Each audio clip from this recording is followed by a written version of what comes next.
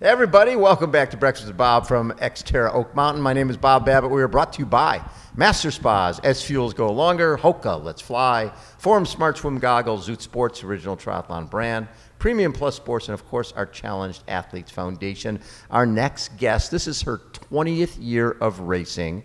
She's the two-time XTERRA Oak Mountain champion. Suzie Snyder joins us. How you doing, Suzie? I'm great. Thanks. How are you? Half your life racing XTERRA. That is pretty amazing. It's unbelievable. Like, it's crazy to think about. Wow. And now growing up was swimming, running, cycling, all that type of stuff? What did you do growing up? Not really. I ran cross country in track and field. And always in Colorado? No, I'm from upstate New York. Okay. Yeah, so very different terrain and everything. So, yeah, I grew up as a runner primarily. Yeah. I lived in a place similar to Oak Mountain, so it was out in the country. I lived on a lake, so I knew how to swim real well, but I wasn't a swimmer per se. Right.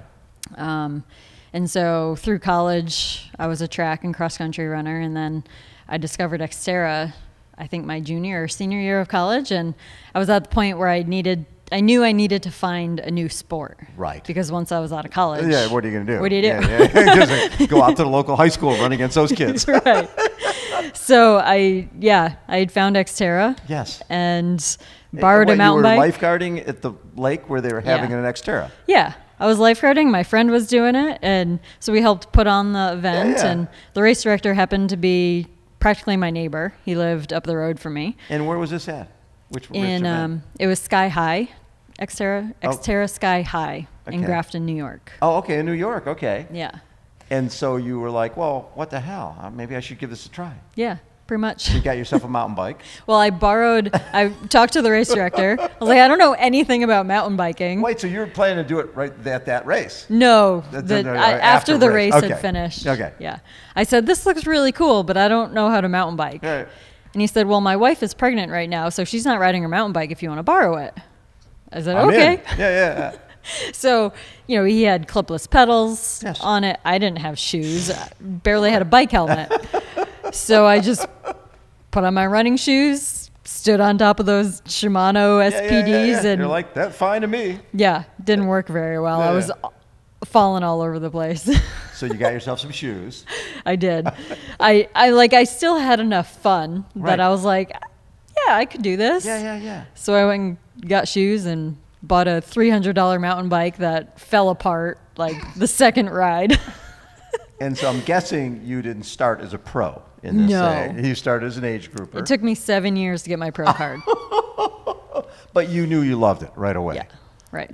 Was it sort of the mix of, I'm swimming for a while, then I get to ride my bike, then I got to run, and I'm going to travel to different places. Yeah. It was a new challenge. Yeah. I had been a runner my whole life until then. I loved to swim, and I was comfortable in open water. And it was just a new challenge that was like, it was fun and different and fresh.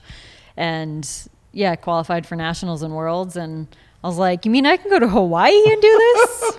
Okay.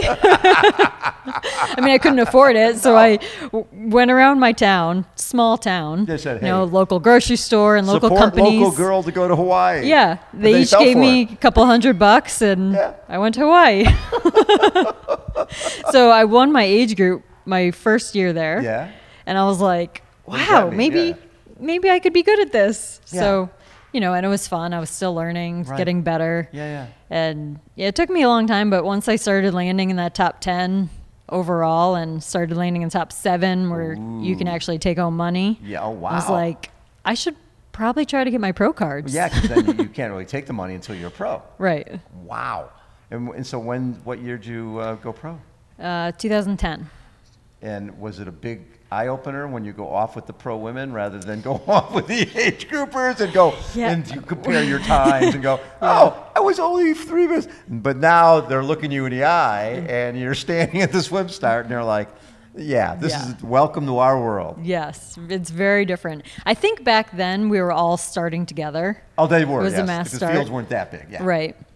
But still very different because standing next to Jamie Whitmore, like, Melanie McQuaid, Jamie Whitmore, me. Exactly. Who's the brown shoe with the tuxedo? Exactly. It's me. Exactly. I was pretty intimidated. I bet you were. So. Who wouldn't be? But then all of a sudden, now when did you get to the point where you realized, okay, I do belong here? I think it was about 2012. Okay. I kind of had this, I don't know, I realized that I needed more confidence in order to be able to compete with them, for real. And I don't know, that year going into, I remember I was really struggling with my running going into national championships. Right. And my coach told me, write yourself a little note, actually on paper, write on paper and leave it in T2. Write on that thing something like, you are a runner. You've got this. And I did that, and I came into, and I won nationals that year. So I didn't win overall. I was I don't know, second or third or whatever. But I was the first American. And that kind of sealed the whole okay, I'm running. Okay, I can do this. I belong. Yeah. I belong. Yeah.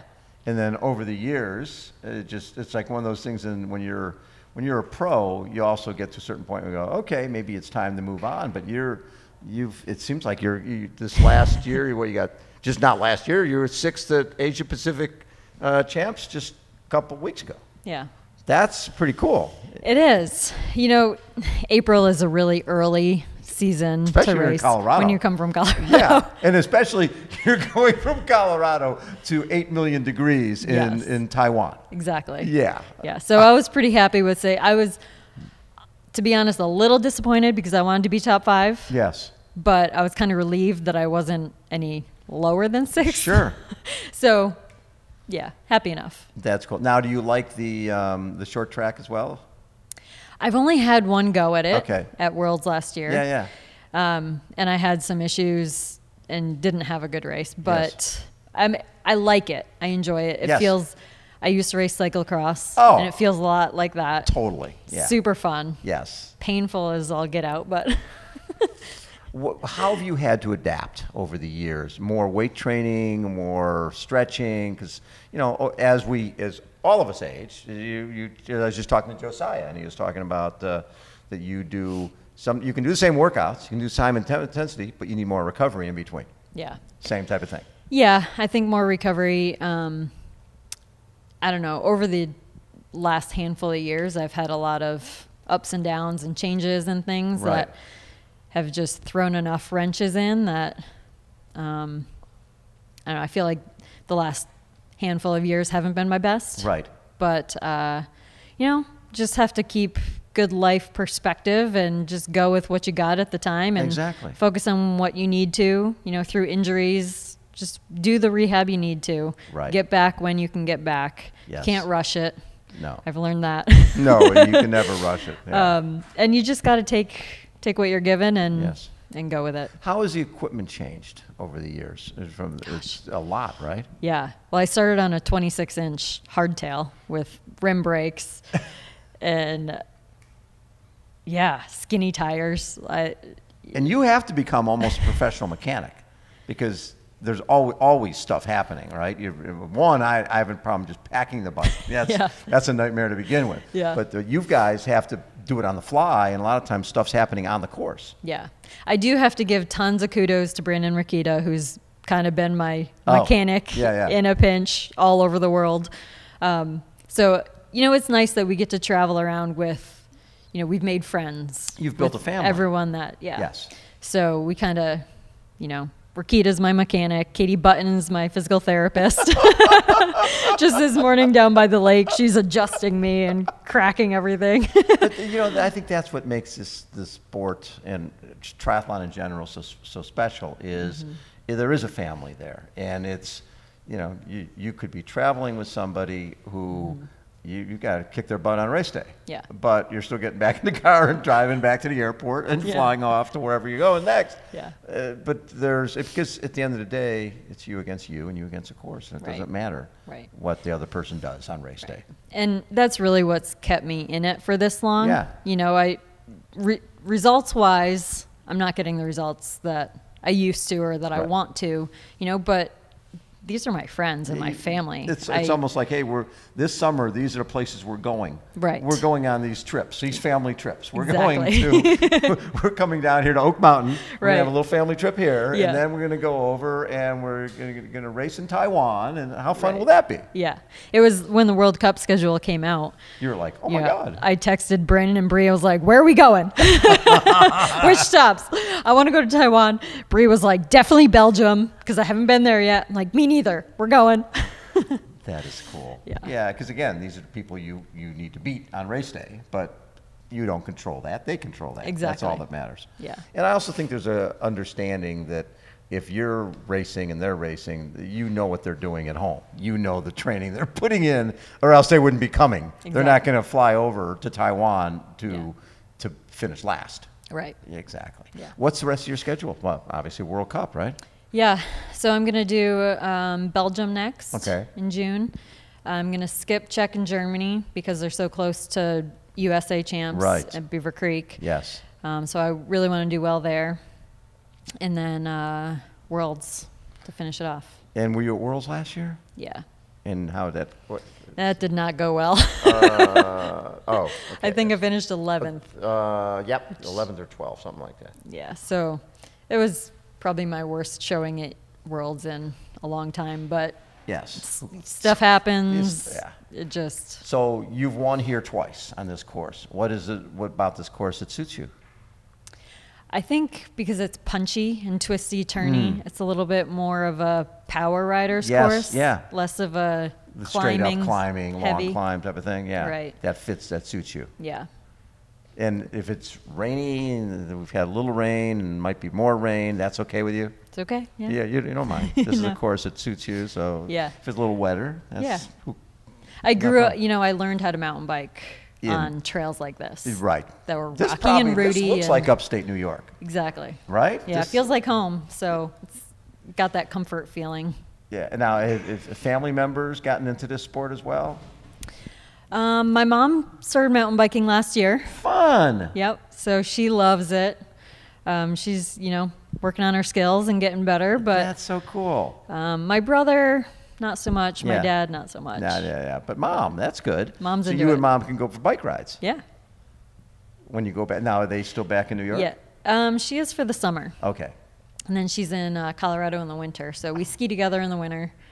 Fat bike a little bit here and there together, but. And during the winter, is skiing your fitness during the winter? It's more recreation, like once a week. Okay. I tried to kind of sit. Last year, I had some injuries early in the season and got a late start to training. So by the time Worlds came around, I was like, I feel like I'm finally getting fit. Like, I don't want to stop. I don't want the season to end. Yeah. So I kind of maintained some training through the fall and winter, and just kind of kept at it, trying to build back. And so, what do you look at as the race that meant the most to you? Maybe it's something you learned about yourself during the race, or maybe it was a big win. I think Nationals in 2012 was a big confidence booster. Yes. That was back when they had the helicopter. Oh yeah. Doing video footage, and to be riding at the front of the race, in the top 1, 2, and seeing the helicopter overhead, knowing they're filming us, me, I was like, this is so different from where I was a handful of years ago, looking at the helicopter way in up a different the trail. zip code. Yeah, well, that must be over in Nebraska. Where's that helicopter? Like, I can't believe they're that far ahead of me. Yeah, and now I am that person. You're the one. The chopper's following you. Yeah, it's pretty crazy. And that's pretty cool. I love that. Thank you for taking time. What a treat to get to meet you. My pleasure. Have fun out there this weekend. I will. That's always the #1 goal. Right? Results are second. Fun is first. What is your favorite, after all these years, what's your favorite venue to visit? This one. It is. This is your spot. Yep. I love it. Suzie, have a great one. Yeah, thank you. Suzie Snyder has been our guest, everybody. Again, Breakfast with Bob from XTERRA Oak Mountain. Hold on. We will be right back.